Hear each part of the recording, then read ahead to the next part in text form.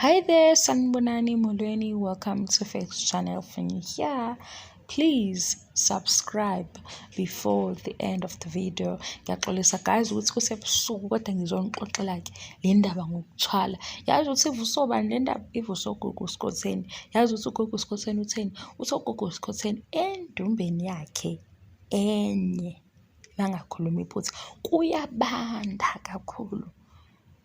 Mangicaphuna nje amagama akhe njengokusho kwakhe ngesiNgisi uthe my Dumba is very cold. Ngizolibhala-ke igama elithi Dumba noma ngingazobe ngibhala lona yini ngeqiniso ngoba isiZulu-ke nami yabona nje lento yokuthi angisasibhali kakhulu phansi sengibuye ngibhale i-spelling wrong. Asikho kwi-spelling selendumba. Asize kule nto yokubanda-ke kwendumba kaGogo Skhotheni nezinto athi amanye amathwasana akhe amanye mhlawumbe aseke angena khona because angeni bonke abantu bake bafila izinto noma bathintwa izinto. Uthi-ke lokhu oke kwabathinta ngoba bona bethi inyoka akusiyo inyoka, abantu abadala bakubo. Shuthi babuye befike laphaya bezwakale-ke sebethinta amathwasana. Amazwi kaGogo Skhotheni kule interview abenayo no-Mac ngithe ngizoyiqedela namhlanje ebusuku. Angazi nami ukuthi ngihluphelani ngizolalela izinto ey'sabusayo ebusuku kodwa ukuthi phela ngifuna ukuxoxela nina ngoba le ndaba zokuthwala ziyakhuluma ziningi. Okunye-ke sakubona kuma-Nigerian movie sengingena endabeni yangempela. Kunosisi abawu-2 guys. Ukuthi-ke into e-tricky kule ndaba la bantu abawu-2 labo sisi basuke baya kule ndlu abagcina belele kuyo bephuzile. Ilena-ke senza ukuthi singazi ukuthi lo girl indaba yakhe uqinisile yini ngoba phela manje uma uphuzile uzolala endlini yomuntu ongamazi ohlangane naye eclubini. Wena wambona ngoba eswenkile, wabona futhi nokuthi udrayiva imoto e-right wahamba naye. Asazi ukuthi into ozosixoxela yona-ke usubuya lapha endlini yakhe uqinisile yini. Anizwe-ke indaba ingokubanda le ndaba nendlu ebandayo njengoba noGogo Skhotheni ngithe hayi bo kanti uyavela yini mayisekhuluma ukuthi my Dumba is very cold. Lo sisi nomngani wakhe bahamba-ke baye endaweni yokujabula bajabula nje kwaba yikhathi-ke zasebusuku. Bathi-ke uthi-ke lo girl kwaba nogayi ba-approach-ayo nje baxoxa kwaba mnandi. Ubhuti kwaba ukuthi bazohamba naye-ke because bomnandi kuzophelela endlini yakhe. Endlini yakhe-ke bazofike beqhubeke nento zabo abazenza-ke ebumnandini-ke iy'phuzo nje kube right kuchillwe. Ebusuku njalo bahambe-ke ngokuxoxa kwalo sisi omunye owayehambile. Bathi-ke bayafika indlu i-right futhi nobhuti mdala kakhulu. Abangenise bobabili nomngani wakhe abenzele ukudla baphuze iy'phuzo. Lo bhuti lona abakhomba ukuthi lona uzolala lana, lona uzolala ngapha, ama-room ahlukene. Uthi-ke lona enye futhi into athe yasecabanga yamthusa leyo ukuthi yindaba balaliswa ngokuhlukana nomngani. Maye sebakhombile-ke indaba yokuthi bayolalaphi bangene khona-ke. Lo bhuti uthi wahamba waba umuntu uyogeza ngoba uthi nje yena wayelobu ezwa ukhala amanzi eshawa ukuthi lo bhuti ngathi uyageza. Uthi-ke ugirl wangena endlini, wangena embhedeni kuno-blanket ku-right walala kodwa usethi uyalala ubuthongo bangafika ngoba le ndlu yayibanda into engachazeki egodola ezwa kushaya umoya wasolwandle. Uthi uma kwenzeka le nto le uzizwa ngathi usolwandle olubandayo kodwa manje uthi ushawa uvalo kakhulu. Amandla ukuthi esukuma embhedeni akawatholi.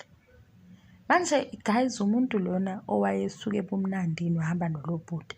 Yabona ukuthi le ndaba ayixoxayo yile yenza ukuthi singazi ukuthi intombazane lo butshwala obuphuzile waphuza kakhulu kwasekwenzakalani waba namaphupho angaqondakali noma yinto ngempela le eyayenzeka uyizwa. Uthi-ke yena mayegodola elapha-ke olwandle olusembhedeni alele kuwo ufuna ukuya emnyango ayovula emnyango atshele umngani wakhe ukuthi abahambe. Uthi futhi wayengasenandaba ukuthi uba nesikhathi ngoba nje uthi wayenovalo ayengaliqondi ekugodola. Bayelalela into ayizwayo la endlini kulobu kukhala amanzi eshawa. Yena ngapha uyagodola, lo bhuti futhi akezi ukuzomcheck-a kule room amlalise kuyona ukuthi phela athi hhayi u-right, uyabo, ngoba phela bayaqala ukufika kule ndlala yobhuti.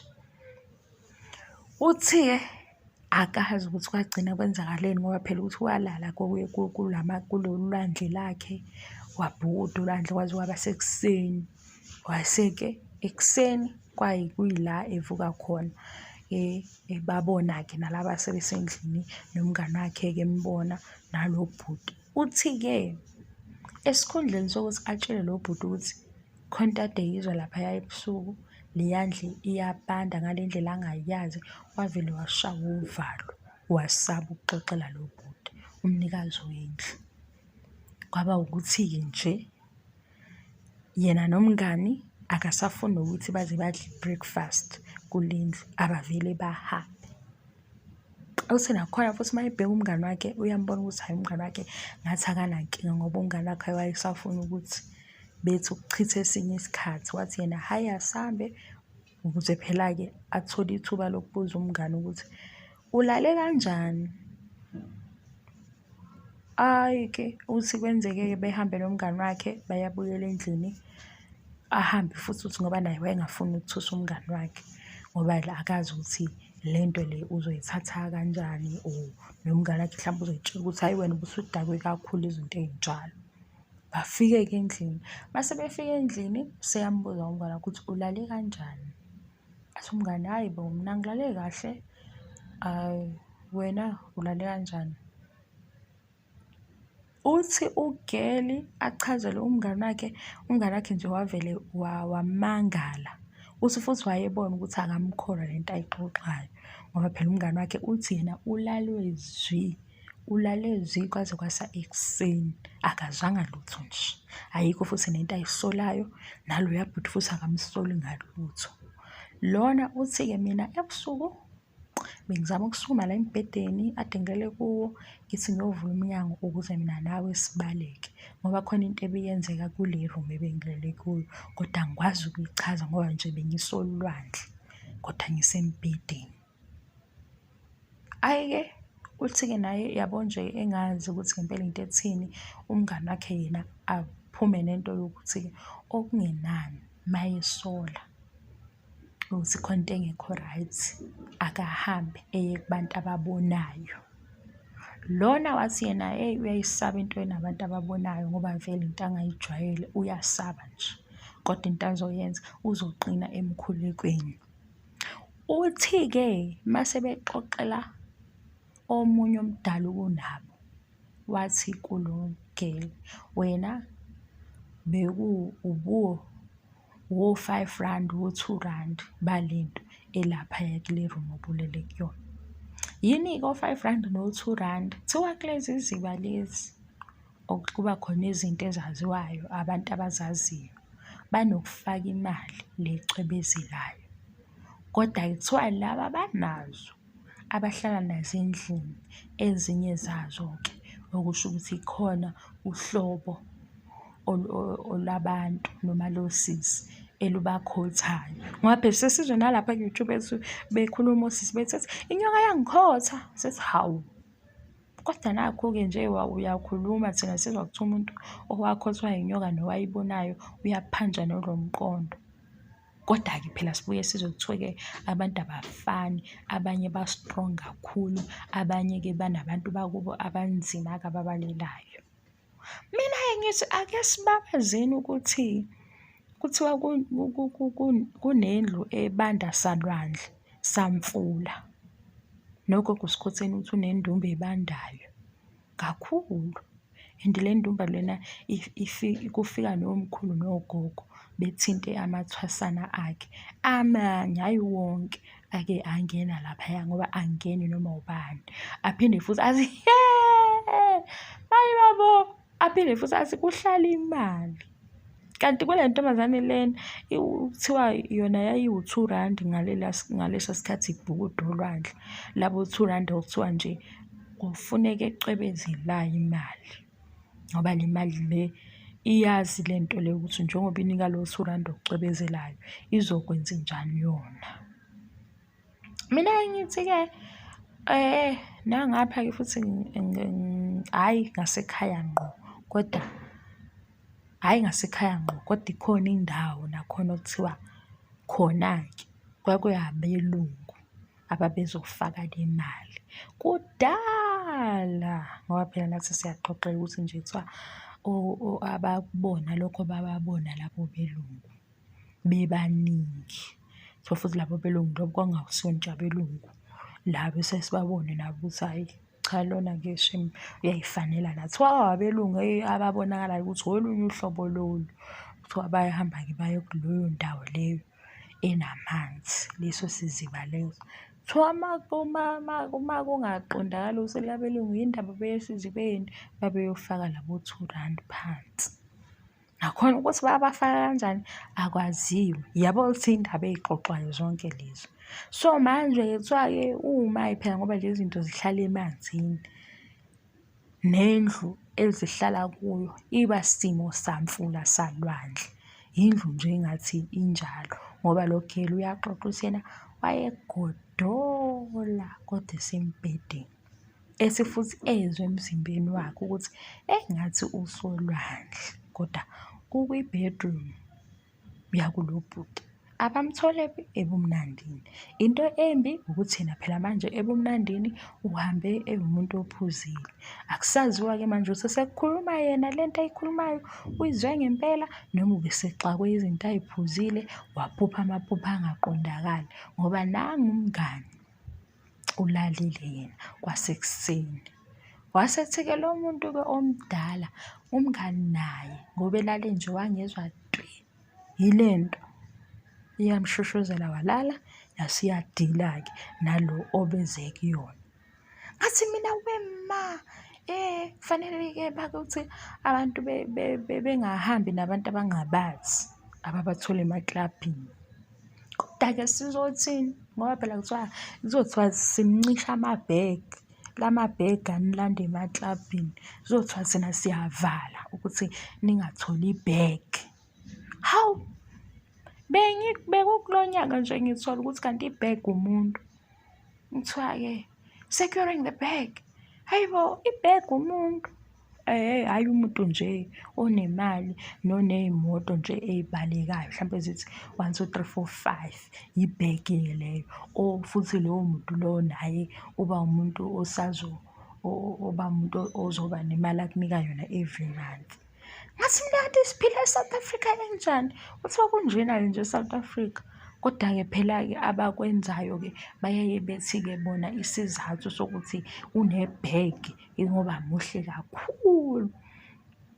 Ngasethi mina kanti umuntu omuhle kakhulu onjani? Bathi-ke angithi ngesikhathi kuduma leli gama lokuthi Slay Queen, kwakungaqondakali kodwa thina sasicabanga ukuthi kushiwo usisi oswenkayo, yabo nje, owazi umswenko kahle, kanti hhayi khona okufihliwe nokunye kuleli gama. Ngase ngithi mina kodwa akufanele-ke thina esingazi sithi sisebenzisa igama kanti sesithuka abanye ngoba asizazi lezi zinto, sizizwa nje sixoxa la ku-social media. Nakhona ukuthi securing the bag, thina sesithi hayibo waze wathola amathuba ngapha kuyavulwa uyangena, nawo omunye umnyango uyavula kanti umuntu ibhegi. Kodwa mina bengithi hhayi sibabazele ukuthi indumba ibanda kakhulu. Hawu, cha phela yikho kwenza ukuthi ngixoxele le ndaba ukuthi uthe indumba yakhe ibanda kakhulu. Kodwa Gogo Skhotheni, insizwa yakaDlamini, uDlamini bani? Ngoba phela nathi siyiy'hlobo zoDlamini, oDlamini omkhulu bethu manje sesiyasaba uthi kanti manje kwenzakalani? Hhayi, kodwa-ke ekumlaleleni kwami kuGogo Skhotheni ngoba ngikhuluma izinto ey'ningi nami ngithi nani niyabona. Ekumlaleleni kwami ngeke ngithi kodwa phela bakithi akamdala ngaleyo ndlela. usakhula. Zonke lezi zinto naye ayey'khulumayo ezinye ziyoba yiqiniso, ezinye zibe nephutha. Futhi mhlampe nazo ngokuhamba kwesikhathi uyothi naye esenza lento yokuthi uku-reflect-a. Esethi hayi bo, ngo-2023 ngangithi nango-2023 ngangisukela abantu. Mase-ke efika negama lokuthi ngiyaxolisa, ngoba uxolo abantu bayaluzwa noma bengalimukelanga bayaluzwa, ngoba phela manje ukunyathela amakhono abantu, ugeqa amagula ngempela kube sengathi uyayazi into oyishoyo ihamba ikulimaze. Kodwa-ke asikho lapho ukuthi utheni ngamagama abantu, sesikhuluma nje leyo ukuthi uthe kuyabanda. Ngabe kubandiswa yini? Yindaba kwakhiwe kangani ngaphakathi le yenza ukuthi kubande? Yini ebasendlini eyenza ukuthi indlu ibande? Hayi, nsizwa kaDlamini bakithi umkhulu, sizothini? Iy'hlobo zethu ngeke uy'phike phela manje, ngeke sesibalekela isibongo sakaDlamini ngoba nangu ugogo uSkhotheni esekhuluma izinto ezisithusayo. Hhayi, kodwa nogogo ngesikhathi bekhuluma iy'nganekwane mangihle ngiy'buze ukuthi babeyithathaphi lento yokuthi inyoka yakhotha intombazane enhle. Ningangitshela ukuthi aniyazi leyo nganekwane. Intombazane yahamba yangaze yavaleleka kuphi, inyoka enkulu yayikhotha, kodwa le nyoka le yayitshela ukuthi ingatsheli muntu intombazane. Ngoba kuthena-ke intombazane isixoxile ukuthi-ke bekade ibanjwe inyoka, kwayikuthi-ke yaqala-ke izinto manje zabheda ngoba le nyoka isiyazi. Ingabe kwakwenzenjani-ke khona kuze kube inyoka eyomadaniswa nayo yonke le nto? Cha, mina ngithi obabazi. Manje hhayi ukubabaza, yabo kuleli thimba leli elila e-South Africa elithi hawu, hhayi ngibonile ukuthi nje ngilijoyinile ngoba kuningi ngoba ngithi hawu, ibhege umuntu, hawu isilekhweni, kanti hawu hawu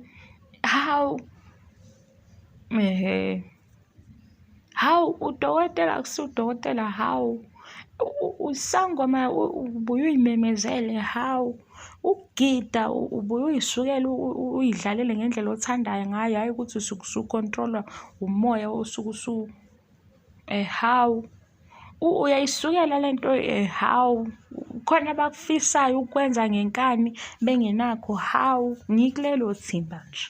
So manje ngifuna ukuxabana nami nakhona lapho nje senibhala nithi hhayi bo, mnyeke musukhuluma ngayo, kodwa ade khuluma lapha ku-YouTube lo engiwubukayo nami enginawo. Manje angazi noma suthi angeke ukukhuluma ngayo, usho ukuthi angeke yini ukubuka u-YouTube. Hawu ngikuleyo nje thimba lokuthi hawu kuyona yonke into esiyenzeka, kodwa kulena-ke esithinta ngaphakathi-ke ngempela esihlukumezayo, njengokuthi nje qaphelani iy'tolo ey'dayisa ukudla okubulala iy'ngane. Nakho nopholoni uyabala upholoni wakule nkampani ethile, qaphelani lapho. Angifuni ngempela ukuthi angikhulumanga ngaleyo nto noma ngihlekise ngayo into ebucayi esithintayo. Osaziwayo abashintshayo besho lokhu, hhayi ogogo uSkhotheni abathi namhlanje bethi wayephalazisa uSibusiso laphaya esigangeni. Angazi uSibusiso wayemphalazisa ngani ngoba phela sekusho yena ukuthi uSibusiso naye wambiza ukuthi akazomlekelela iqambamanga. Khona-ke ukuthi uyayisola-ke, siyezwa ukuthi uyayisola into-ke sesithi thina phela manje wuwe kanti osuke wadelela into yakho ophiwe yona, ngoba mina ngangithe uMojalavu wenze sure ukuthi uyamnika imali ephelele ngokumqambisa amanga. Uthe yena wuye ofike nalo mbono wokuthi umkhulu uDlamini. Hawu siyababaza phela nathi ukuthi umkhulu uDlamini wasekuyofuna ukufana naloya mkhulu wafika laphaya kubo ka-husband wakhe esekhuluma nobaba bakhona, wathi akusiyo umkhulu uDlamini, yilo munye umkhulu. Ngabona ukuthi hhayi ke Kanti lapha ey'ndabeni lezi zama-reality shows bafike befihle bona ukuthi baya-act-a, bephinde futhi bese besixoxela iy'nganekwane. Manje bethi thina sithini ngoba phela siyabona ukuthi kuya-act-wa. Lokhu ku-act-a kuxoxa ngempilo yakho-ke nakhona-ke uzothi kancane ukuvuvuzela ipayisi ngoba phela khona nabantu abathi uma befuna ukubona into ibe nehaba. Kodwa manje ukuthi nje kuye wayisukeleka yonke lento wayibona ifanele. Akusho lutho-ke, impilo iyaqhubeka, ibhizinisi liyaqhubeka, akwenziwa imali, amaphupho efezeke njengoba eshilo nje ukuthi abantu bamazise uGogo Skhotheni abawazi amaphupho akhe before uGogo Skhotheni. Nangaye se-DJ, abanye-ke bathi, hawu, ngeke-ke kanti abantu abakubo abadala uthi uGogo Skhotheni. Uma ucabanga uSkhotheni nje uwumuntu onjani uSkhotheni ngekwazi igama elithi Skhotheni. Nganichazela ukuthi igama elithi Skhotheni linjani. Hheyi futhi ngoba phela mina ngathuswa lokho ngathi waze wamuhle lo sisi, kodwa yini azabe uSkhotheni pho? Bekwenze njani? Hhayi, sengilobe ungibabazele njalo. Ngelinye ilanga ufuna ukubody shame, sisabe ukuthi hawu, kodwa sesibala ngokuthi usemncane. Ngoba phela ngeke ngithi kodwa manje isihlobo sami sekwenze njani? Ngoba phela ngeke ube umlabi uphinde ubhidlise. Athathe iy'thombe zaloya bhuti, zaloya malume, loya baba wakwi-wrestling amfanise nomunye uzakwabo njalo ngoba nayo uyalapha. Manje leyo nto fanele siyishayele ihlombe, cha, asibody shame. Akasho nje yena ukuthi izinto eziwu-1, 2 ne-3 ezenziwa uzakwabo akaziqondi ngoba azinalo iqiniso, uyazazi. Iphele lapho, yena sewu-Beyonce, lona sewu-Beyonce, yena akaseyena udokotela, lo sesele Dr. naye u-Dr. Skhotheni. Wahamba wayoma laphaya phambi kweklinikhi yakhe, wayikhandela iklinikhi, wama ngaphambi kwayo, sayibona iklinikhi yakhe ebisiza-ke abantu. Manje asazi uma eselahla phansi igama lokuba udokotela, iklinikhi kwenziwa kanjani ngayo.